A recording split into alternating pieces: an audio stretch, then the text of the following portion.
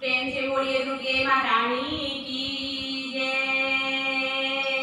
आइए बहनों, आज मैं शेरावाली माता का प्यारा सा भजन आप सबों के सामने लेकर आई हूँ। सुनिए और आनंद उठाइए। मुझे उम्मीद है आप सबों को ये भजन पसंद आएगी। आप सब अपना सपोर्ट यूं ही बनाए रखें।